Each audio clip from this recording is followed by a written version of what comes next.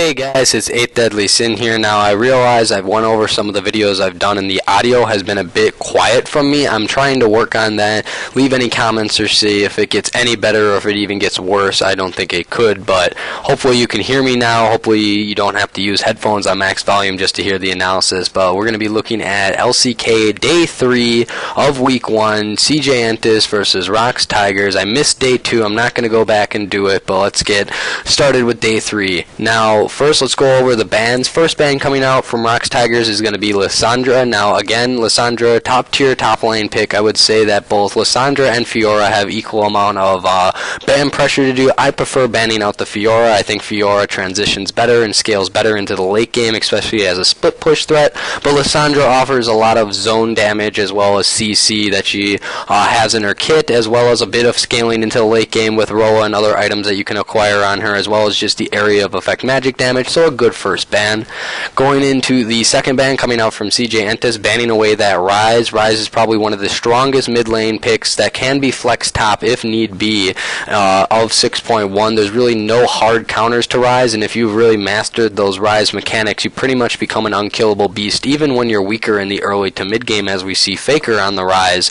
But so far I really haven't seen any other Ryzes besides Faker that have been necessarily too effectual. Any ones that happened in the EU Day 1 were pretty much didn't amount to much in those games and really didn't necessitate the ban, but especially in a region that has mechanically skilled players in Korea, definitely necessitates a ban.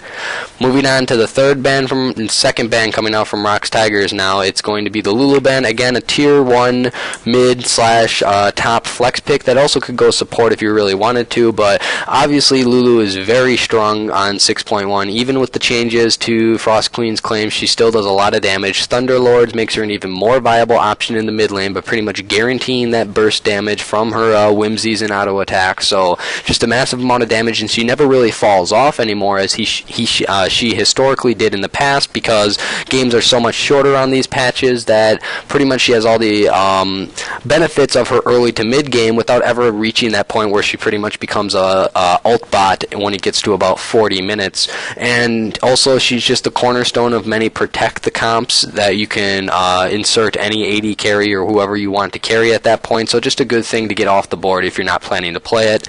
Now, coming from CJ Entus, the fourth ban in the game is going to be Gangplank. Again, pretty much a classic red side ban, because Gangplank is just such a strong top laner at the moment. Not only the global presence of his ult to protect against dives and also help with dives, but also just the sheer amount of AoE attack damage that he does is insane and scales very good into the late game. Even gets a little bit tanky, but not really just that maximum amount of damage. Really necessitates that ban, especially on the red side. Now, moving to the fifth ban is going to be Twisted Fate from ROX Tigers. This ban was a bit confusing out of all the mid lane threats and other tier 1s that they could ban away here, such as Kindred, such as other top picks that can happen. I really don't see why Twisted Fate was banned. I mean, even looking at the team comp that they construct before I get into the team specifically, it doesn't really look like a Twisted Fate would necessarily shut down a lot of those members. But, overall, Twisted Fate is still a very strong control mage, along with the global presence that he has, the global engage of the, alt then gold card pretty much makes him have an entire map presence, and still has decent wave clear and very much a control mage that you can have in the mid lane that's still very powerful, especially with Thunderlords too. So a decent takeaway coming out from ROX Tiger. Not what I would have chose, but still not terrible in any sense. Now, the last ban coming out from CJ Entus is going to be Misfortune. Now, this ban confuses me. Yes, she got banned, or she got not banned, she got nerfed in 6.1, but all that nerf really did was completely eliminate the effectiveness of her Make It Rain ability, especially how well it's synergized with Thunderlords. But why CJ probably went for this ban is that her zoning damage that she has, such as her bullet time ult as well as her passive, is still insanely strong. So her passive still does massive amounts of damage in lane, allowing for really effective trades, as well as her ult still putting a zone and cone of damage with bullet time. So she's very much if you're looking to not get zoned into these massive chokeholds where massive amounts of damage is going to be coming on you with the bullet time, still a decent ban coming out. Not really much else on the field that they would want to ban out that they're not planning to pick up for themselves in this game. So only besides the misfortune, I maybe would have suggested a Kindred ban, but I really don't like the Kindred ban in the sense that I think it's very ineffectual. I'll get into that when I analyze the team comps for this game one. Let's jump right into picks now.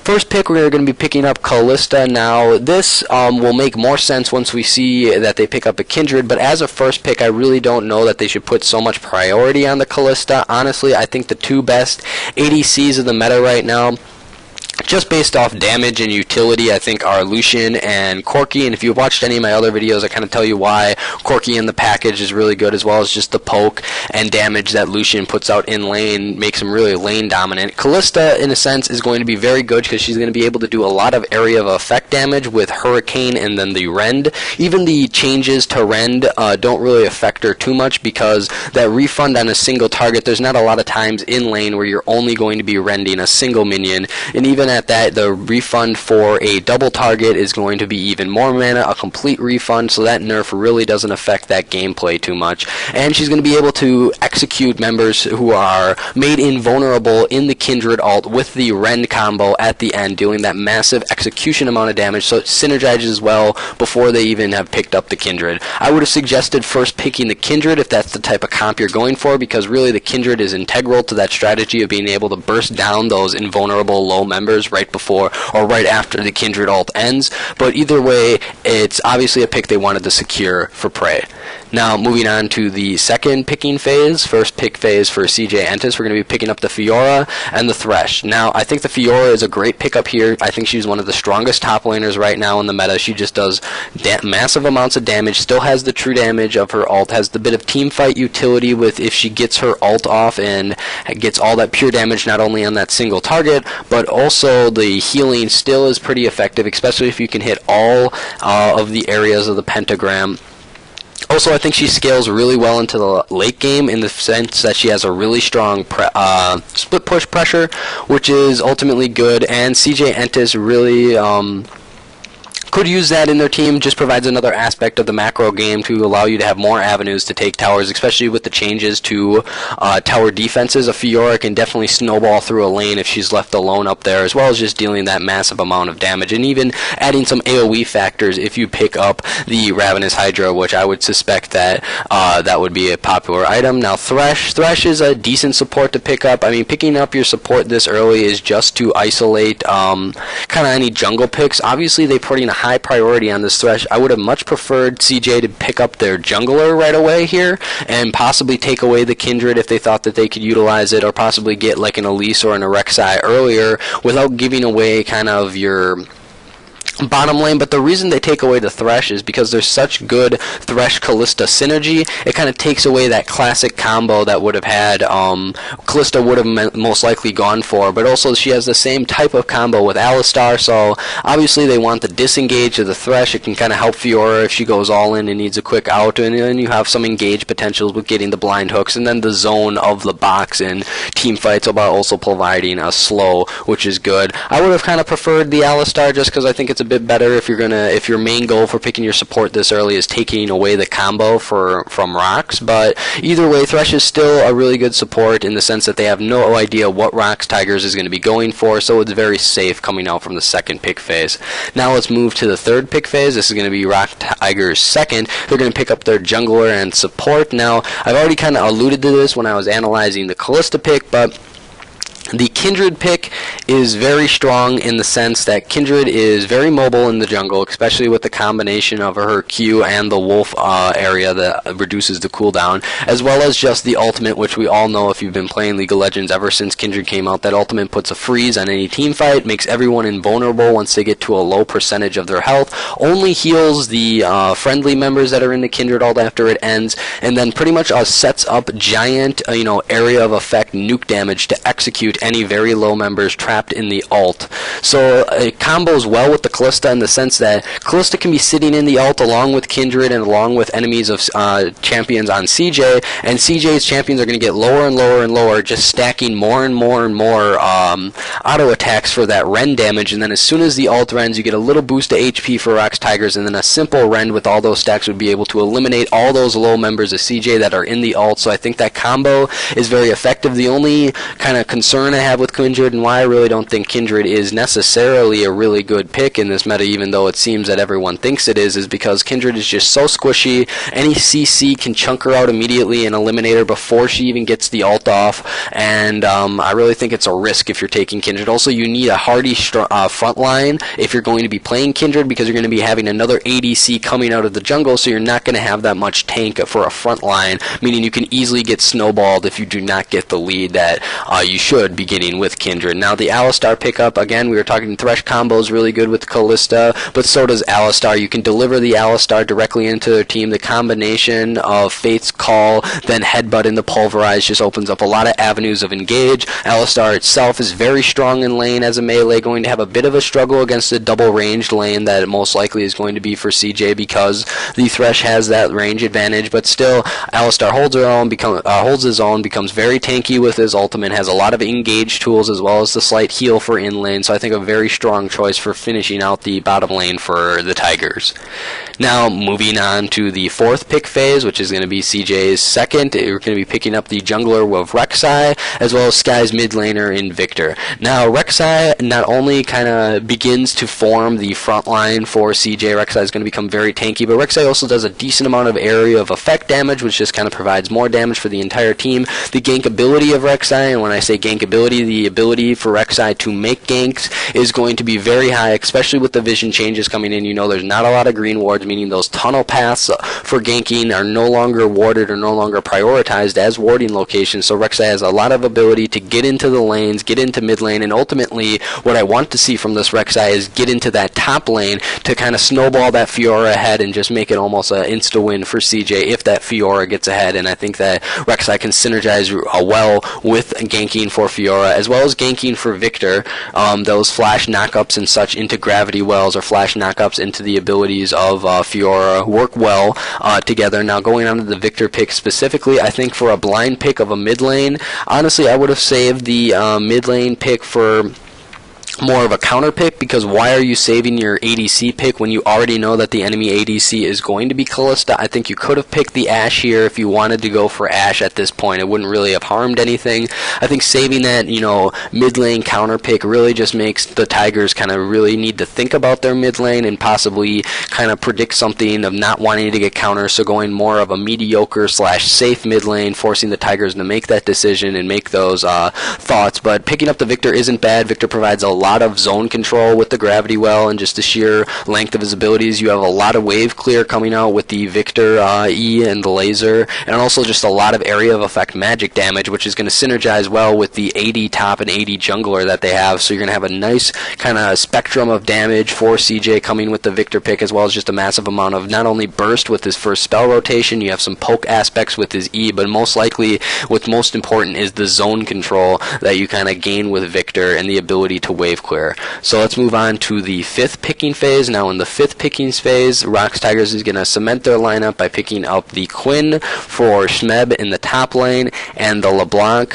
for the mid lane. And now what everyone's probably thinking is Quinn in the top lane, okay, you either think it's amazing or you think it's garbage, and I'll kind of get into that pick, but first let's talk about the LeBlanc because it's easiest. LeBlanc and the Victor, we saw this matchup in earlier matches in the LCK, specifically day one. LeBlanc does not necessarily lose the lane against Victor, but doesn't necessarily win it either. She can go even fairly effectively, as well as has a lot more kill pressure on the Victor just from the assassinate damage. Thunderlords makes her burst potentials even higher, just an insane amount of damage coming out from LeBlanc. Also are really good in the sense that they're trying to have a burst damage comp with the Kindred ult, so those abilities still synergize very well for executing those low members after the invulnerability runs out, as well as just the pure pick potential of the LeBlanc, as well as just and the pure magic damage burst that it has. So she can nuke down pretty much every mentor, can nuke down and catch out the Victor if she gets the jump on him, can pretty much nuke out the Fiora if she is strong enough, and can easily snowball and ultimately be able to deal with a lot of the threats CJ have. I think it's a safe pick in going into the Victor. Very good. Now let's get into this Quinn pick. This Quinn pick is a bit weird for me, not in the sense that Quinn top is bad. I think Quinn top against certain melee matchups and depending on the team comp could be very effective. Not only does it provide another source of AD damage that becomes kind of really good into that mid game, especially, and provides a high level of mobility and split push potential. The problem I have here is that ROX Tigers now only has one frontline tank, which is going to be Alistar, and once Alistar's ult runs out, he's going to be able to get nuked down by the lineup and just pure damage that CJ has at this point. So I would have really preferred to see some form of tanky top laner. I think a Mundo would have been fine, even though you would have had to wait to get to the late game for that point, but I think you have enough mid-game threats that Mundo would have fit nicely. Now, it's going into Fiora, so I see why they want to try to win that top lane matchup, but I think if Fiora already gets started, not only is Quinn not going to be effective against a already snowballing Fiora and not going to be able to regain lane control if that Fiora gets ahead, but I also think the fact that they don't have a lot of tanks means that their team comp can get snowballed easily if they lose any lead in the early game. So pretty much ROX Tigers, if they win the early game and win that early to mid game, I think they can snowball hard and they have a lot of damage. I just don't think they have a good enough front line. I'll get into that when I talk about the overall team comps at the end,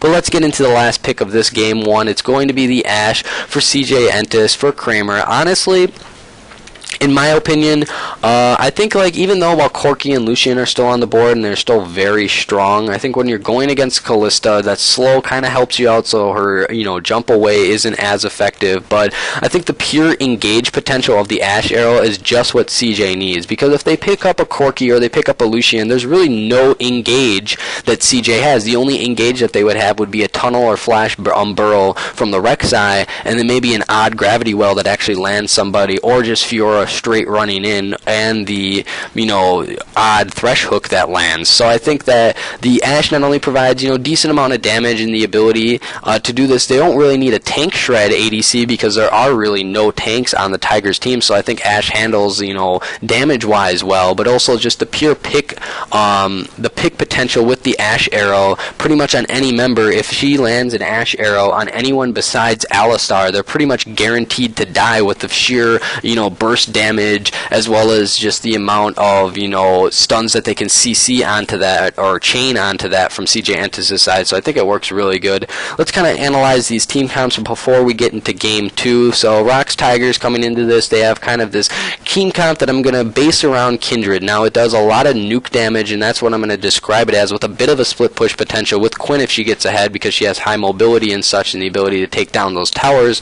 But what I mean when it's like a nuke based team comp is when you have Kindred and you have the ult, all those enemies are made invulnerable just as yourself, but the only one who gets healed at the end of the duration of the ult is your team with the Kindred on it. So if you stack up those Ren stacks and have the Q ready onto certain members with LeBlanc, you have that massive burst potential. So as soon as that invulnerability goes away, you can pretty much insta-kill any CJ members that are in that. But I think this team comp is very risky in the sense that since you have no frontline and have no tanks, and especially you have a lot of damage and scaling damage coming from CJ, you run the risk if you fall behind, you're pretty much guaranteed to lose this game. So my advice I would have gave Tigers, just seeing from the lineup that they have, is like this team comp is very risky, but it has a high reward potential. I would say you're going to have to shut down the Fiora fast and hard, as well as try to put the Kalista as far ahead of the Ashe as possible. Victor is going to be able to farm no matter what you do to him, so I think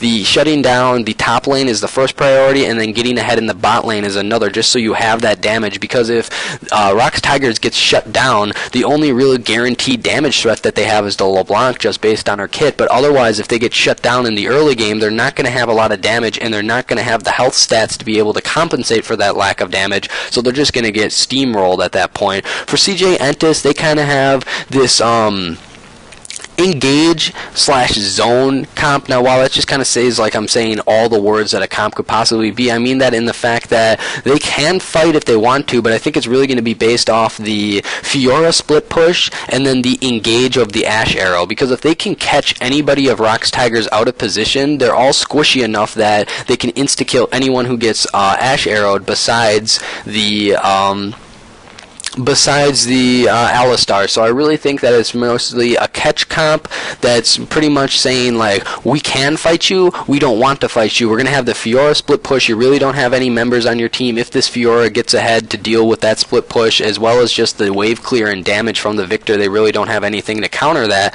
besides the LeBlanc distortion.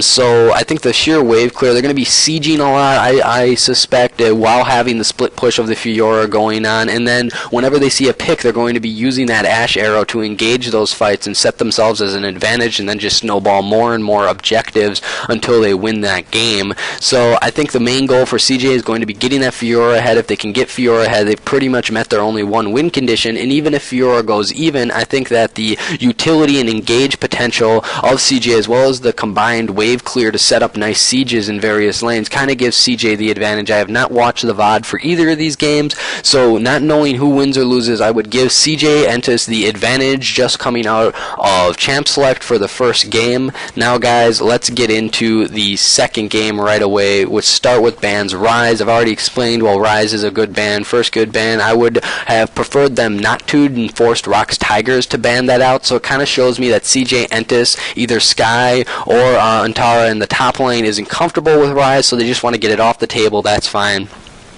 Coming out from ROX Tigers, they're going to be banning the Misfortune. All those reasons why I said Misfortune is a good ban in the previous game still hold true. That massive amount of damage that she can lay down in that cone with bullet time, as well as the in-lane advantage that she has with her love tap passive that still does insane amount of damage, is very good, as well as the high mobility that she has with her passive.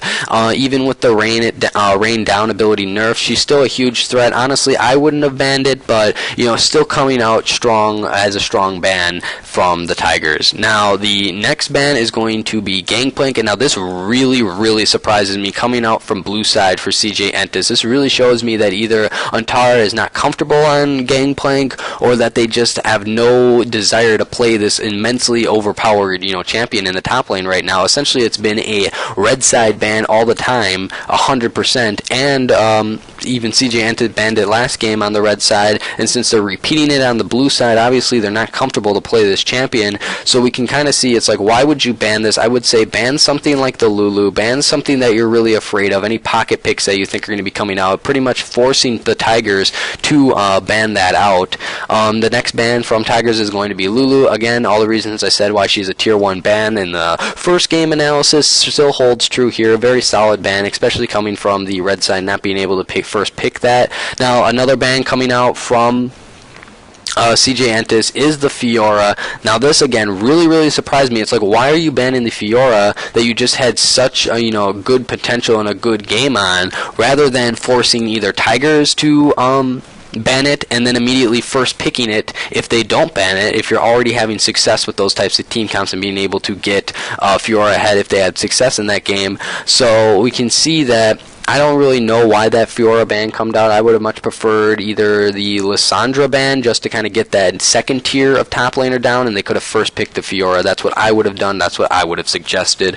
Now the ROX Tigers banning out the Lissandra. Lissandra, again, if I had to rank it, it'd be first Fiora, first Gangplank in the top lane, second Fiora, third Lissandra. All those reasons why I said Lissandra is a good ban in the first game analysis still hold true. Massive amount of AoE and the CC potential, as well as a bit of the scaling. Not much of a split push threat, but much more team fight oriented top lane champion. So let's get into the picks now for this game. First pick coming out from CJ Entis is the Kalista. Again, all the reasons why I said Kalista is good. The AoE auto attack damage, especially coming out with the Ren. The fact that the nerfs really aren't that bad and she's still very good. Honestly, I don't know why you're first picking this Kalista. I think at this point, with all the champions that are on the board, I mean, I guess it's a fine first pick. I would have much preferred to see like a first pick Corki, or if you're still going to do ADC, a first pick Lucian. I would have much preferred to see the first pick Corki, though. I think Corki just has so much utility that Kalista doesn't offer, so much more engage potential with the package,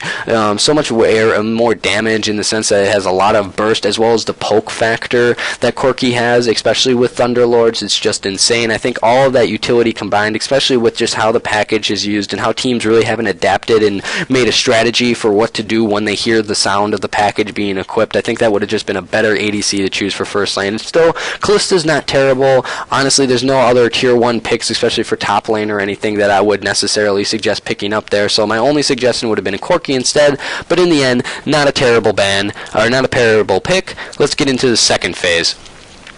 The second phase, first phase for ROX Tigers, are going to be picking up the Alistar and the Kindred. Now, the Kindred really didn't work out for them last game, and if they're not going to be going with the same kind of burst damage team that they had and potential that they had with the Kalista, who probably would have best synergized as someone to execute low members after a Kindred ult, really don't see why they're continuing this. Obviously, CJ isn't scared of it because they didn't manage to use any of their bans on it, so they're pretty much baiting ROX Tigers to repeat the same mistakes of Game 1 by going for the Kindred.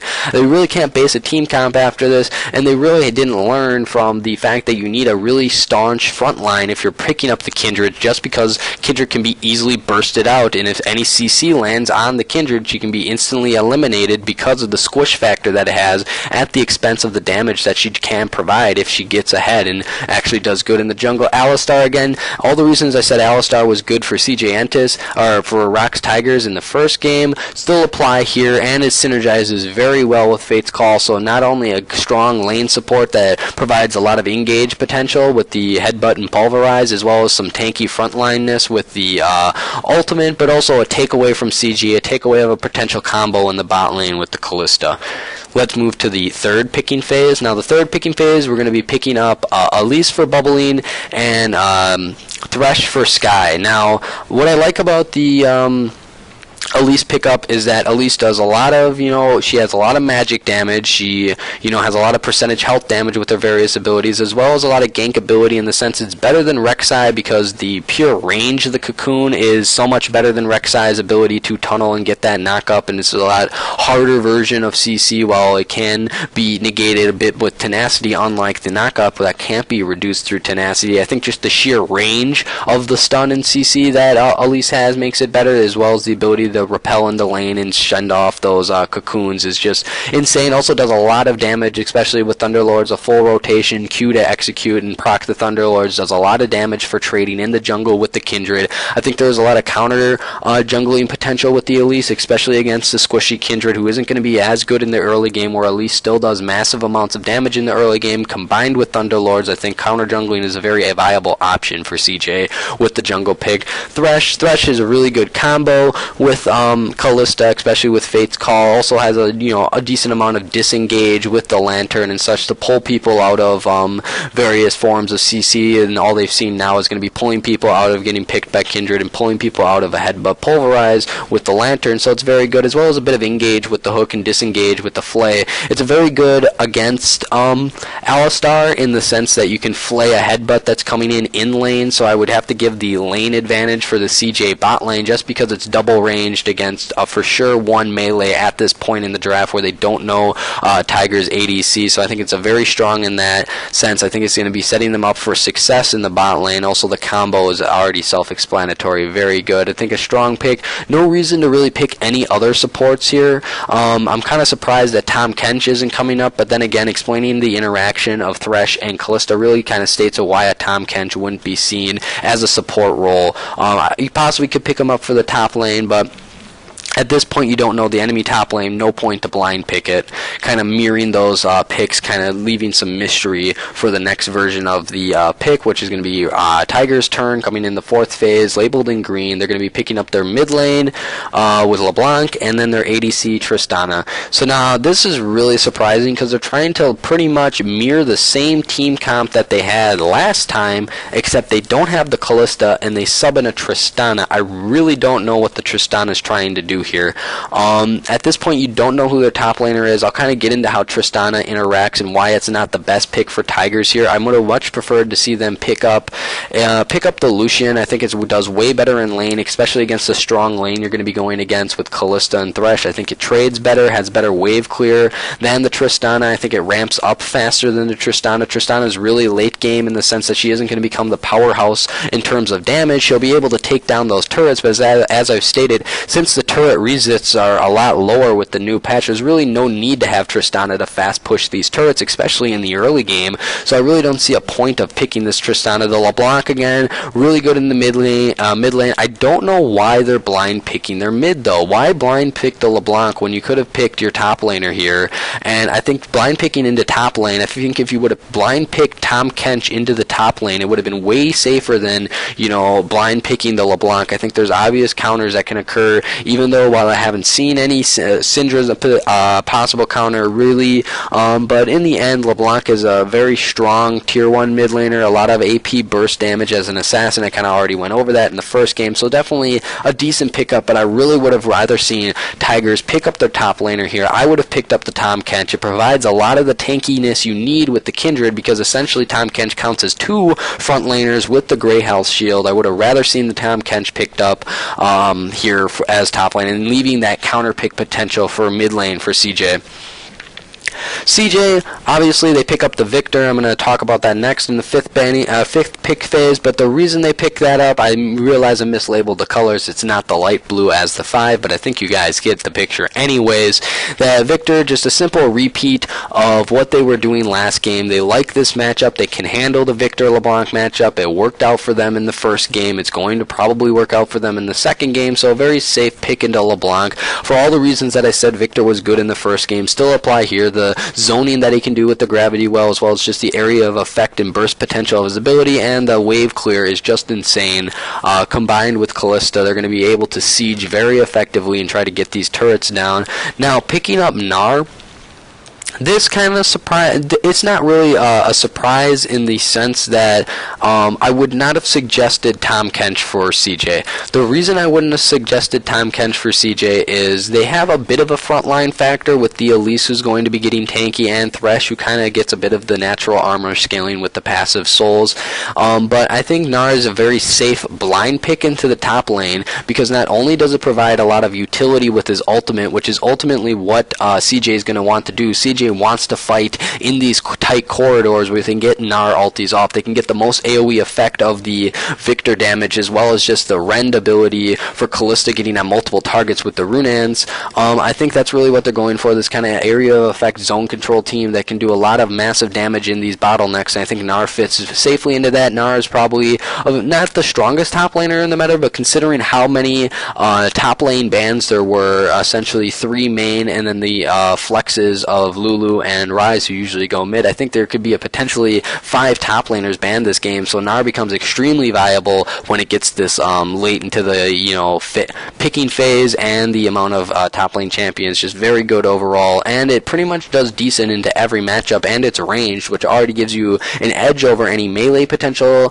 matchups, while also making it safe for trading with any ranged champion that they choose. Now, getting into the final pick of the game, coming out from Tigers, is the Quinn. So Quinn didn't work out for them in the first game. Quinn helped with the burst comp that they were going with, being able to come out of bird form and do a massive amount of damage in that circle of the Kindred ult to execute people. So I really don't know why you pick this Quinn again. There's not going to have too much split push potential. It's not gonna, it doesn't have like an inherent advantage over a Gnar in the laning phase, besides getting the blind and trading while Gnar is blinded. So I really don't see why this is going to get it. And ROX Tigers, let's get into team comps now. If we go to team comps and we see that Kindred is on this team again, there's really nothing here that speaks to me of actually having a theme for your team comp. Essentially, they've made the same flaw that they made in game 1, which is drafting Kindred without a tanky front line. I would have much preferred to see Smeb play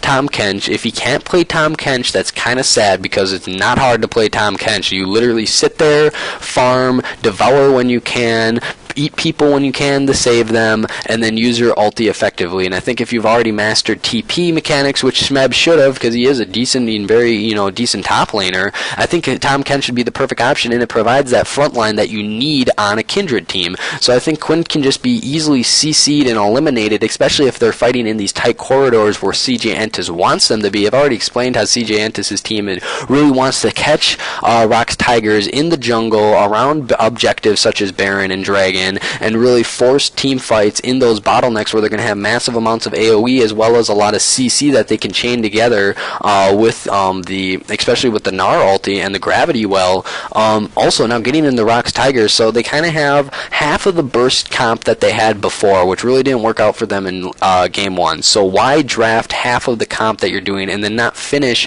and create a new comp into game 2 to potentially come back and win this series? What they do is they draft half of that burst comp, but then they pick up the Tristana, who's really good at split pushing early, but you don't really have any early game pushing threats that do a lot of damage and that you could snowball those turret objectives for a lead. You have a Quinn who isn't going to be that good in the early game, is not going to be able that good at pushing those turrets, and can be chunked out by the pure wave clear of Victor. So not only is Tristana not going to be able to get on these turrets because there is so much wave clear coming out from CJ Entis that Tristana isn't even needed to take down turrets that fast. With the changes to the resists on the turrets themselves, I really don't see how the Quinn or the Tristana really fits into this. If I had to revamp the ROX Tigers team comp to give them an actual fighting chance coming into this game, I would switch out Quinn for Tom Kench in the top lane, and I would switch out Tristana for Lucian or Corki. I would prefer Lucian with their comp rather than the Corki, but I think either can be subbed in. My preference goes to the Lucian. I think that would have gave them better a front line for their team with the Kindred, and also would have gave them enough damage and wave clear that they could have came out with this, because CJ has enough wave clear to deal with any potential pushes that ROX Tigers is going to have. ROX Tigers doesn't really have an ability to have a great split pusher in the form of Quinn. That's not a great split pusher, so they're going to be pretty much sieging all around a singular turret, and combination of Victor and Callista really is just going to be able to clear these waves so fast that they're not going to be able to have enough time on these turrets to really achieve the objective of Tristana and negating her. And then we already seen how the Quinn happened in game 1, not too good. Even though I haven't watched the VODs, I can probably make the assumption, because I know CJ Entis won the series, that this really didn't work out for ROX Tigers. And I think those fatal flaws trying to make team comps around this Kindred but not having a staunch enough front line really is where they go wrong in this entire series. I think ROX Tigers probably could have won this game if they would have had a better team comp. I give the edge to CJ Entis in the second game as well. I hope you guys enjoyed the video. I'm trying to work on the audio. This is only my third day of making videos, so I hope you're enjoying it. Sorry about missing day 2. I'm not going to go back. I got to catch up on day 3, as well as the EU LCS that is also broadcasting as I am making this video. So hope you guys enjoyed the video. Hope you guys learned something. Remember to like, comment, and subscribe, and peace.